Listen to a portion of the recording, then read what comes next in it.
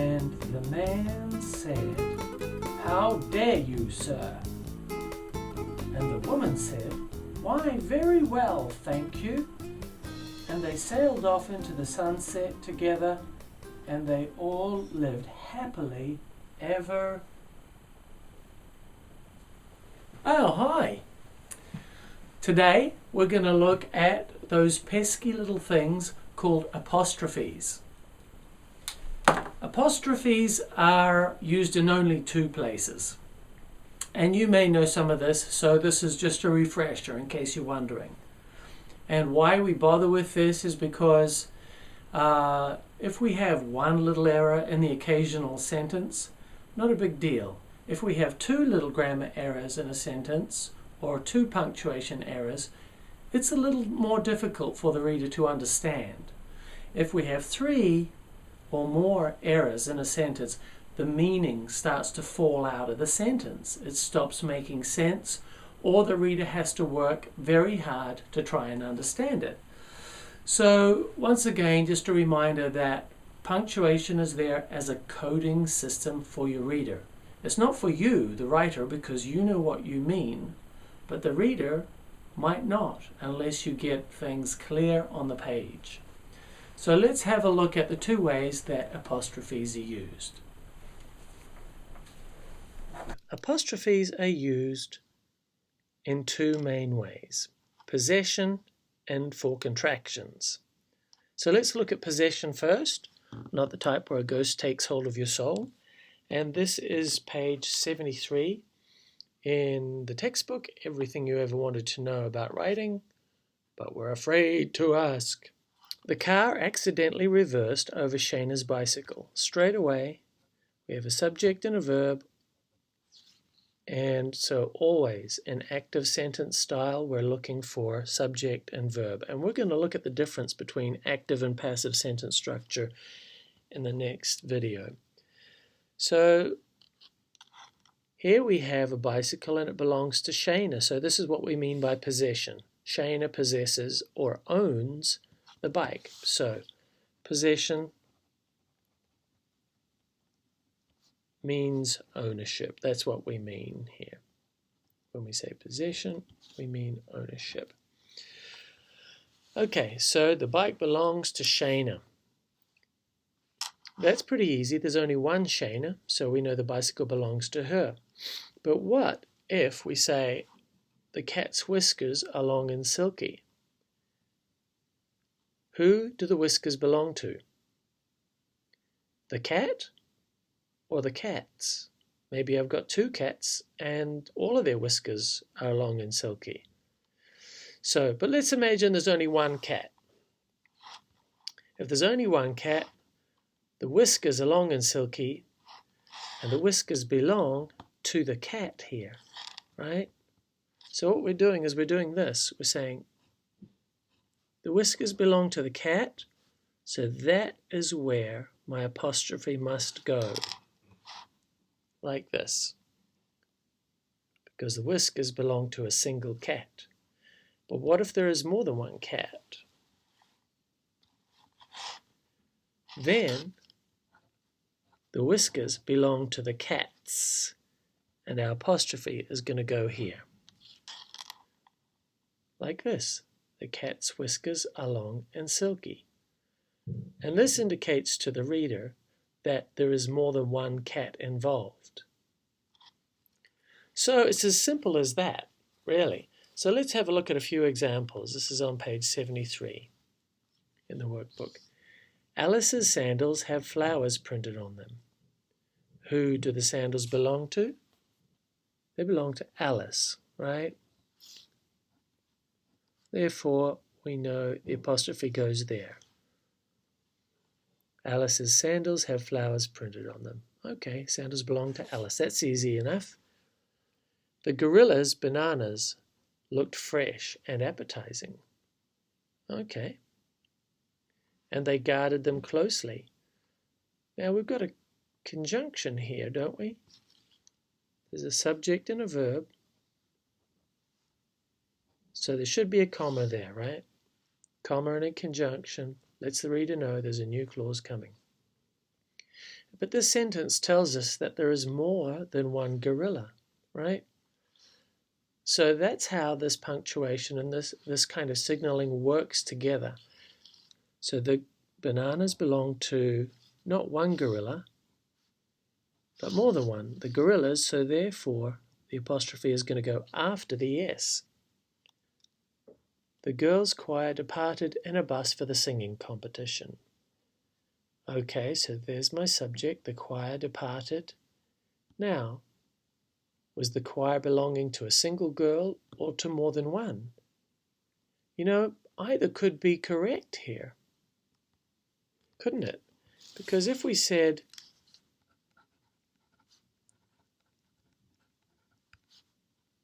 the girls' choir, then the subject, the choir here belongs to all of the girls. But if we're just talking about one girl,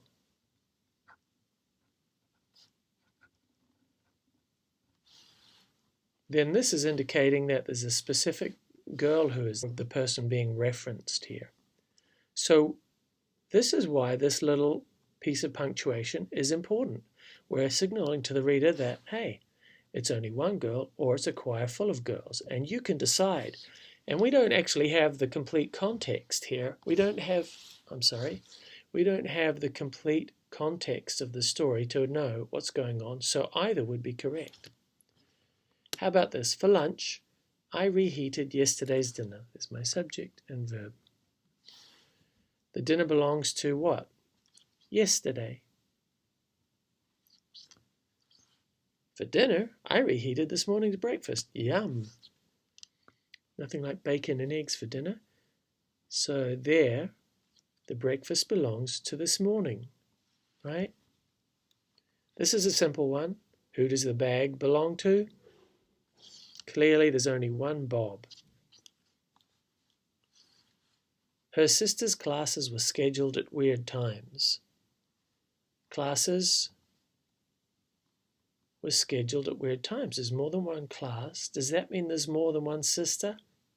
We're not sure until you tell us. As the writer, you're making these decisions in your sentences. So it's not just about these examples here, it's how you're going to use them.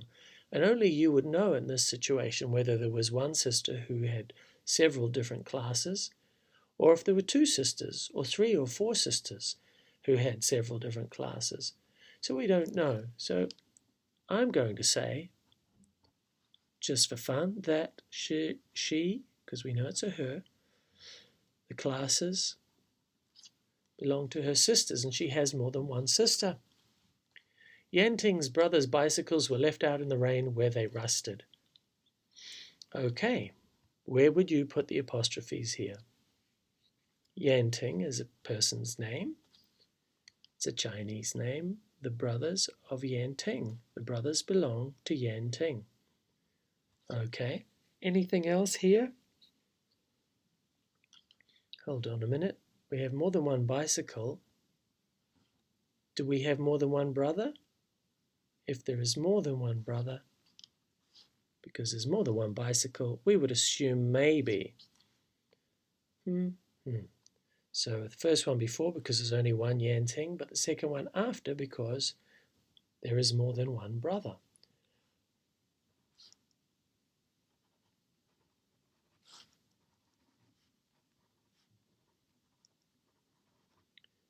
Here we have a sentence. Now there's a giveaway here, right?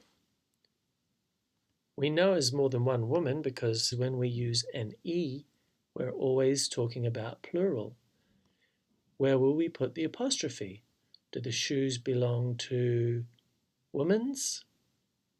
No. The shoes belong to the woman. Simply because these words already indicate whether it's single or plural. So this is a really foolproof method. Figure out who the object belongs to. Does it belong to the woman? That makes sense. So here, even though there's more than one, we're going to have an apostrophe before the S. The men's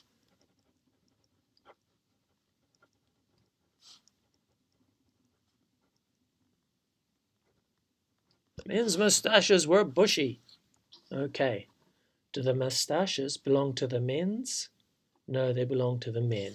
So always put a little invisible line down each side. Where is it going to go? It's going to go here.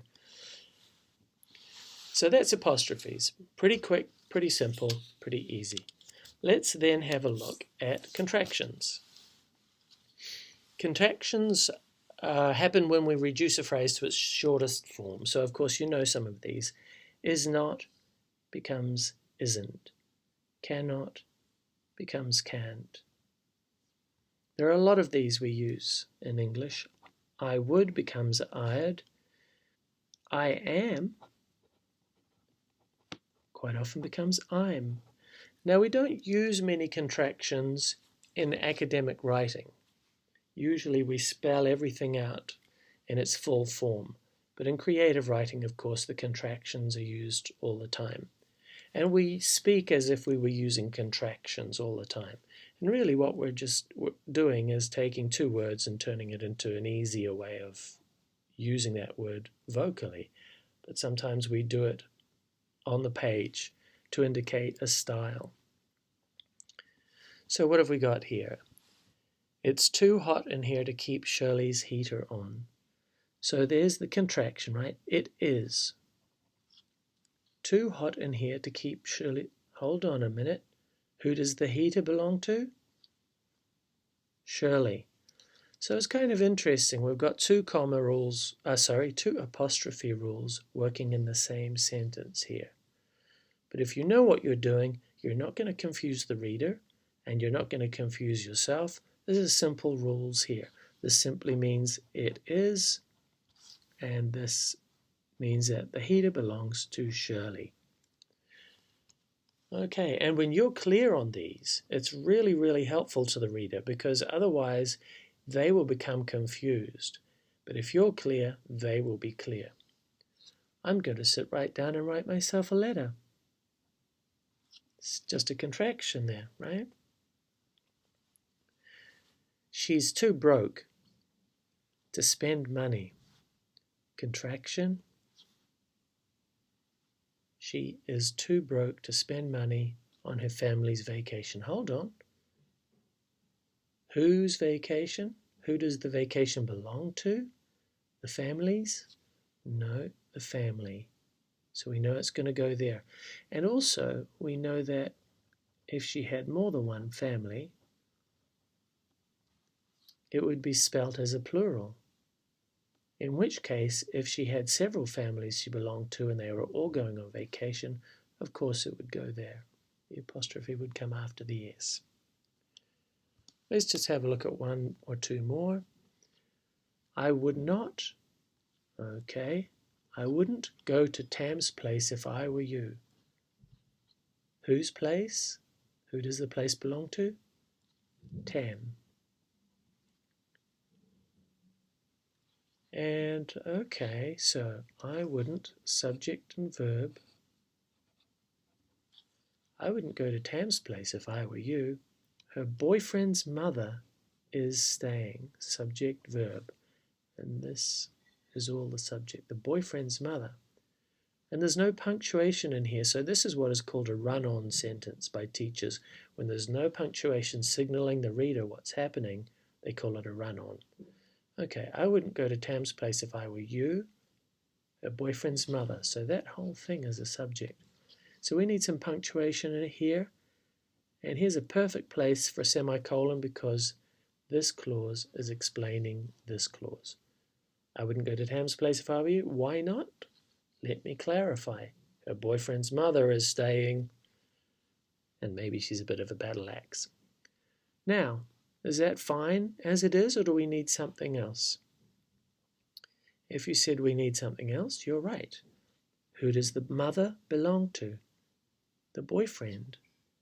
So, put these invisible lines here, and we see that it's going to go right there. The mother belongs to the boyfriend. Her boyfriend's mother is staying. Did you catch that?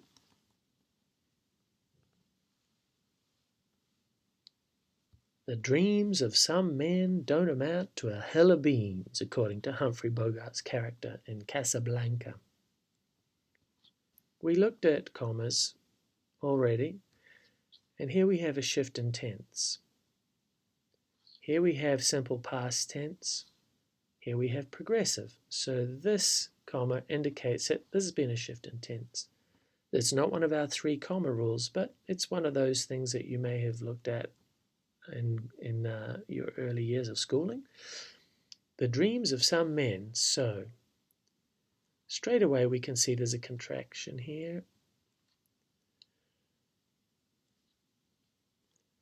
The dreams of some men. Now, do the dreams belong to the men? Yes, they do.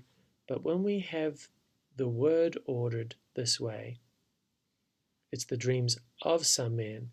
So we don't have any apostrophe here. We could say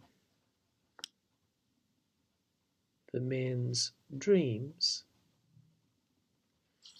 but this would still simply be a plural. And here it's simply a plural. It's more than one dream, so it does not need an apostrophe. The dreams of some men don't amount to a hill of beans. Again, this is simply plural, right? So we don't need an apostrophe. According to Humphrey Bogart's character, hold on, who does the character belong to? Humphrey Bogart. His last name was not Bogart's, so we know that the character belongs to Humphrey Bogart.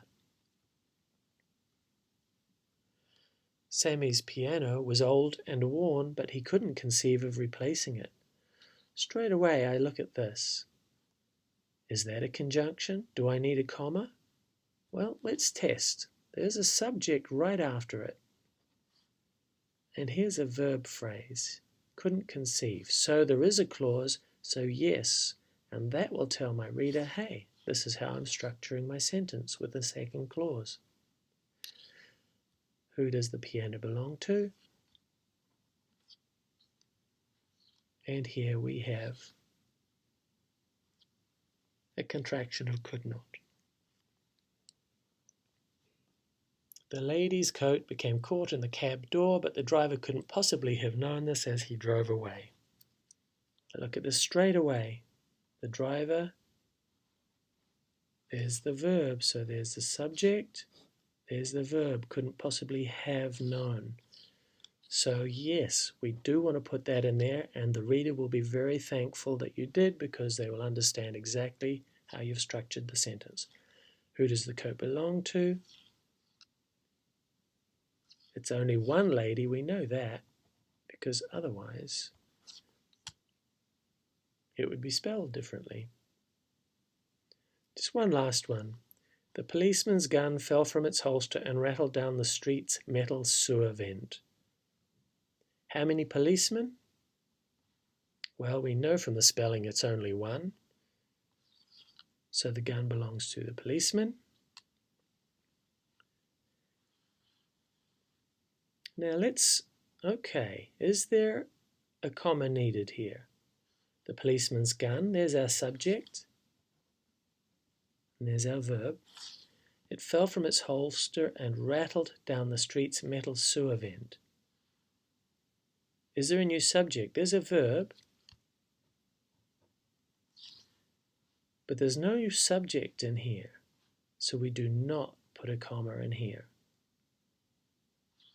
The policeman's gun fell from its holster and rattled down the street's metal sewer vent. The fact that there is no comma here allows me to read through here with the understanding that there is only one subject, and I should not be expecting a new subject in here. It's the gun that does all of this, right? If that seems a little unclear, go back and review comma rule number 1. So we have an apostrophe here for possession. The policeman's gun fell from its holster and rattled down the street's metal sewer vent. Is there anything else? Yes, there is. It's a sewer vent. It belongs to a street. Usually a gun can only rattle down one vent at a time, so we would know this is just one street, and the metal sewer vent belongs to a street. and the metal sewer vent belongs to only one street. Okay, thanks for joining me and taking this time to look at apostrophes and contractions and possession. You can find all this information and more in my textbook that I use in my writing classes. Everything you ever wanted to know about writing but were afraid to ask, that's on Amazon. You should just be able to type that in and it'll pop right up, along with a couple of novels that I've got on there, which I publish under my pen name, Ray Swift. So, next installment in this video series, we will look at active sentence structure versus passive sentence structure. We'll figure out how you tell the difference and what the simple fix is so that you're always writing in active style. Thanks, and I'll see you again soon.